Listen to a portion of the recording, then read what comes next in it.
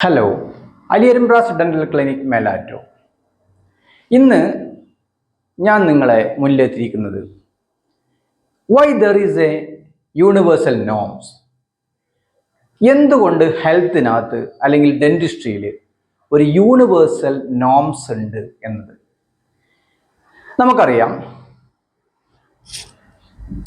അപ്പം നമ്മൾ പറയുന്നത് norms. Why there is a universal norms. എന്തുകൊണ്ട് നമ്മൾ എല്ലാ കാര്യങ്ങൾക്കും യൂണിവേഴ്സൽ നോംസ് ഉണ്ടാക്കുന്നു? നമുക്കൊരു അഗ്രികൾച്ചറിലാണെങ്കിലും ഒരു വ്യവസായത്തിനാണെങ്കിലും ഒരു കാലാവസ്ഥയാണെങ്കിലും ഓരോ രാജ്യത്തിനനുസരിച്ചും ഓരോ ഏരിയക്കനുസരിച്ചും വ്യത്യസ്തമായ കാര്യങ്ങളാണ് നമുക്ക് അനുഭവപ്പെടുന്നത്. പക്ഷേ ഹെൽത്തിനെ സംബന്ധിച്ചിടത്തോളം, ഡെന്റിസ്ട്രിയെ സംബന്ധിച്ചിടത്തോളം എന്തുകൊണ്ട് ദർ ഈസ് എ യൂണിവേഴ്സൽ നോം? നമുക്കറിയാം, ഒരു ഒരു വ്യക്തിയുടെ ഒരു അഡൽട്ടിൻ്റെ BP 120/80 ആണ് നമുക്കറിയാം, സിസ്റ്റോളിക് ആൻഡ് ഡയസ്റ്റോളിക്. പക്ഷേ അതൊരു 40 ഏജ് ആവുമ്പോൾ അത് 120 അല്ലെങ്കിൽ എന്നുള്ളത് 130 ആയി മാറുന്നു. അതൊരു 70 പോകുമ്പോൾ 60-70 പോകുമ്പോൾ അത് 140 വരെ ആവുന്നു.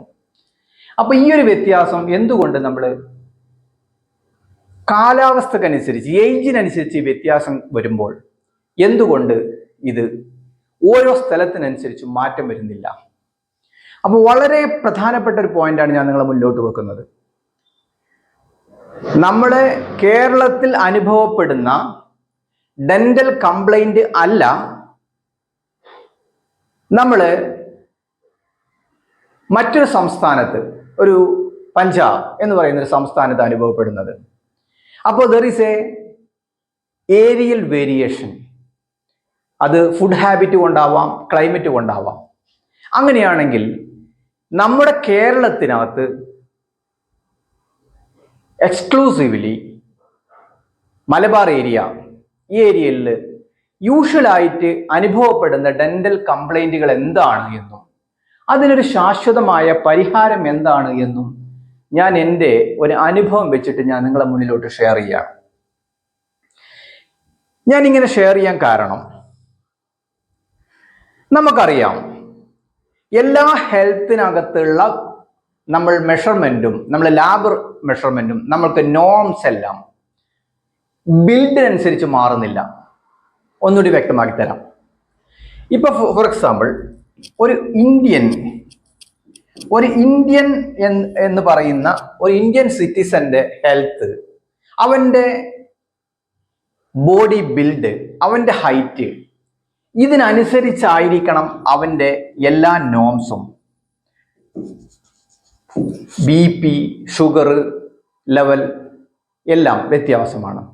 പക്ഷെ ഇത് നമ്മൾ ആഫ്രിക്കൻസിലോട്ട് പോയി കഴിഞ്ഞാൽ അല്ലെങ്കിൽ യൂറോപ്പിലോട്ട് പോയി കഴിഞ്ഞാൽ നമുക്ക് എങ്ങനെ പറയാൻ പറ്റും ഒരു യൂറോപ്യൻസിന്റെ BP തന്നെയാണ് നമുക്ക് ഇന്ത്യൻസിന് അനുഭവപ്പെടുന്നത്? എങ്ങനെ നമുക്കറിയാൻ പറ്റും? ഇവിടെ നമ്മുടെ ഡെന്റിസ്ട്രിയെ സംബന്ധിച്ചിടത്തോളം, ഡെന്റൽ ട്രീറ്റ്മെന്റിനെ സംബന്ധിച്ചിടത്തോളം, ഇവിടെ എൻ്റെ അനുഭവ പ്രകാരം ഞാൻ എന്തുകൊണ്ടാണ് നിങ്ങളെ മുന്നിൽ എന്ന് പറയുന്നത് വളരെ വ്യക്തമാക്കി തരികയാണ്. ഒരു മനുഷ്യ ജീവിതത്തിനകത്ത് നമ്മുടെ ലൈഫ് സ്പാൻ ഇപ്പോൾ 80 ആണ് എന്ന് വിചാരിച്ചോളൂ. ഈ 80-കകത്ത് ഒരു അഡൽട്ട് പേഷ്യൻ്റ് ആവുമ്പോൾ, ഒരു ഹെൽത്ത് ആവുന്ന സമയത്ത്, ഡെന്റൽ കംപ്ലീറ്റ് എറപ്ഷൻ ആകുന്ന സമയത്ത്, suppose there is A 21 or 23 ഏജിലാണ് നമുക്ക് കംപ്ലീറ്റ് എറപ്ഷൻസ് വരുന്നു, തേർഡ് മാള ഉൾപ്പെടെ. അപ്പൊ ഈ ഒരാളെ സംബന്ധിച്ചിടത്തോളം ആ പേഷ്യൻസിന്റെ, ആ വ്യക്തിയുടെ ഡെന്റൽ ട്രീറ്റ്മെന്റിന്റെ ഒരു പെർമനന്റ് സൊല്യൂഷൻ, ആ പെർമനന്റ് സൊല്യൂഷൻ ഇന്ന് നിലവിൽ നിൽക്കുന്ന ട്രീറ്റ്മെന്റ് ആസ്പെക്ട് കൊണ്ട് സാധ്യമാണോ? ഞാൻ അല്ല എന്ന് പറയും, എൻ്റെ അനുഭവം വെച്ച്. കാരണം ഇന്നെല്ലാം നടക്കുന്നത് പ്രോബ്ലം അഡ്രസ്സിംഗ് ആണ്. എന്താണ് പ്രോബ്ലം? ഫോർ എക്സാമ്പിൾ, മോണയുടെ പ്രശ്നം, അതല്ലെങ്കിൽ ഡെന്റൽ കാരീസ്, അതല്ലെങ്കിൽ ടൂത്ത് മൊബിലിറ്റി, അതല്ലെങ്കിൽ മറ്റു പല പ്രോബ്ലംസും. അപ്പൊ ആ പ്രോബ്ലംസിനെ ബേസ്ഡ് ചെയ്തിട്ടാണ് ട്രീറ്റ്മെന്റ് മെയിൻറ്റെയിൻ ചെയ്യുന്നത്, മറിച്ച് പ്രോബ്ലംസ് ഇല്ലാതെയാക്കാനല്ല. അപ്പൊ ഞാൻ എൻ്റെ റിസർച്ചിനകത്ത് മനസ്സിലാക്കി, ഒരു വ്യക്തി 20 വയസ്സ് 23 വയസ്സുള്ള ഒരു വ്യക്തി, ആ വ്യക്തി പ്രോപ്പറായിട്ട് ലൈഫിൽ 2-3 തവണ ഒരു ഫുൾ ട്രീറ്റ്മെന്റ് എടുക്കുകയാണെങ്കിൽ ആ വ്യക്തിയുടെ ലൈഫ് ലോങ് അവരുടെ ഡെന്റൽ ആർച്ച് കൺസർവ് ചെയ്യാൻ പറ്റും എന്നുള്ളത്. ഇവിടെ നമുക്ക് അവൈലബിൾ ഡേറ്റാസ് നമ്മൾ കറക്റ്റ് ചെയ്യേണ്ട ആവശ്യമുണ്ട്. ഞാൻ സംസാരിക്കുന്നത് ഒരു ട്രീറ്റ്മെന്റ്, ഫുൾ ട്രീറ്റ്മെന്റ് ഞാൻ എടുത്ത ഒരു കേസുകളും 10-15 വർഷത്തിന് ഒരു പ്രോബ്ലംസും വന്നിട്ടില്ല, പ്രൊവൈഡഡ് അവര് മറ്റു സിസ്റ്റമിക് പ്രശ്നങ്ങളില്ലെങ്കിൽ. അപ്പൊ നിലവിലുള്ള കൺസെപ്റ്റ്, ആ കൺസെപ്റ്റ് ശരിയാണോ? എൻ്റെ അനുഭവത്തിന്റെ വെളിച്ചത്തിൽ ഈ 23 ഏജിനകത്ത് 2-3 തവണ 20 വയസ്സുള്ള ഒരു പേഷ്യന്റിന്, എന്ന് വെച്ചാൽ 60 or 70 ഏജ് വരെ ഒരു 3 ടൈം ഒരു കോംപ്രഹെൻസീവ് ഡെന്റൽ ട്രീറ്റ്മെന്റ് പ്ലാൻ ആണ് നമ്മൾ ചെയ്യുന്നുവെങ്കിൽ, ആ ട്രീറ്റ്മെന്റിന്റെ ഉദ്ദേശം അവരുടെ ഡെന്റൽ കൺസർവേഷൻ, ഡെന്റലിന്റെ നിലനിൽപ്പാണ് നമ്മൾ ആഗ്രഹിക്കുന്നുവെങ്കിൽ, ആ പേഷ്യൻസിന്റെ ലൈഫ് ലോങ് ആ ഡെന്റൽ ആർച്ച് പ്രിസർവ് ചെയ്യാൻ പറ്റും എന്നുള്ളതാണ്. ഇവിടെ നമ്മൾ കൺസിഡർ ചെയ്യേണ്ടത് 3 ആംഗിളാണ്. ഒരു ആംഗിൾ അവരുടെ ഹെറിഡിറ്ററി, അവരുടെ റേഷ്യൽ, അവരുടെ സറൗണ്ടിങ്സിനോട് ബന്ധപ്പെട്ടതാണ്, അവരുടെ ഫാമിലി, അവരുടെ സറൗണ്ടിങ്സിനോട് ബന്ധപ്പെട്ടതാണ്. അത് നമ്മൾ കാണാതെ പോകരുത്.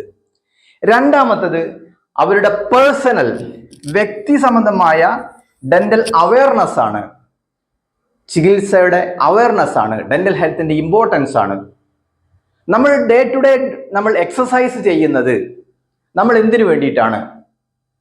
നമ്മുടെ ആരോഗ്യം, നമ്മുടെ ശരീരത്തിന്റെ അസുഖം വരാത്ത ഒരു അവസ്ഥയിൽ നമ്മൾ ശരീരത്തിന് പ്രതിരോധം വീണ്ടെടുക്കാനാണെങ്കിൽ, ആ ഉദ്ദേശത്തിലാണെങ്കിൽ തീർച്ചയായിട്ടും ഡെന്റൽ ട്രീറ്റ്മെന്റ് നമ്മൾ അതിൻ്റെതായ ഇമ്പോർട്ടൻസിൽ നൽകുകയാണെങ്കിൽ, I am sure 2 to 3 times of dental treatment is sufficient for one lifelong dental preservation.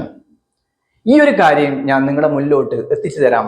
Y I am in front of you, എന്തുകൊണ്ടാണ് ഞാൻ നിങ്ങളുടെ മുന്നിൽ. അപ്പൊ ഇവിടെ നമ്മൾ അഡ്രസ് ചെയ്യേണ്ടത്, we have to address our muscle tone. നമ്മുടെ മൂവിങ് മസിൽസിനെ tonicity, that will equal to tonicity of the moving muscles will be equal to the occlusion, that is a favorable occlusion എന്ന് പറയുന്ന കൺസെപ്റ്റ് നമ്മൾ ആദ്യം തന്നെ ഏറ്റെടുക്കണം. ഒരു വ്യക്തി അവരുടെ പല്ലുകൾ ഉപയോഗിച്ച് ഭക്ഷണം കഴിക്കുമ്പോൾ, ജീവിക്കുമ്പോൾ, ആ പല്ലുകൾക്ക് കംപ്ലൈന്റ് വരാൻ സാധ്യതയില്ലാത്ത രൂപത്തിൽ ആ പല്ലുകളെ നമ്മൾ മോഡിഫൈ ചെയ്യുക, അത് ഒബ്സർവേഷൻ ചെയ്യുക. Once you modify 2 or 3 observation in between 10 to 15 years, 10-15 വർഷത്തിന്റെ ഉള്ളിൽ ലൈഫിൽ 2-3 observation that will do the work. നമുക്ക് ഡെന്റൽ ട്രീറ്റ്മെന്റിനെ പൂർണ്ണമായിട്ട് നമുക്ക് എന്ത് ചെയ്യാൻ പറ്റും? ഡെന്റൽ കംപ്ലൈന്റ് നമുക്ക് ഫീൽഡിൽ നിന്ന് എലിമിനേറ്റ് ചെയ്യാൻ പറ്റും. ആ ഒരു മെത്തേഡിനെ സംബന്ധിച്ച് എങ്ങനെയാണ് അത് പ്രയോഗിക്കുന്നത് എന്ന് ഞങ്ങളെ വീഡിയോയിലോട്ട് 1 by 1 ആയിട്ട് ഞാൻ പറയാം. Thank you all. I M doctor Ali Arimbra's dental clinic, Melattur. എൻ്റെ വെബ്സൈറ്റ് സന്ദർശിക്കുക, aliarimbrasdentalclinic.com.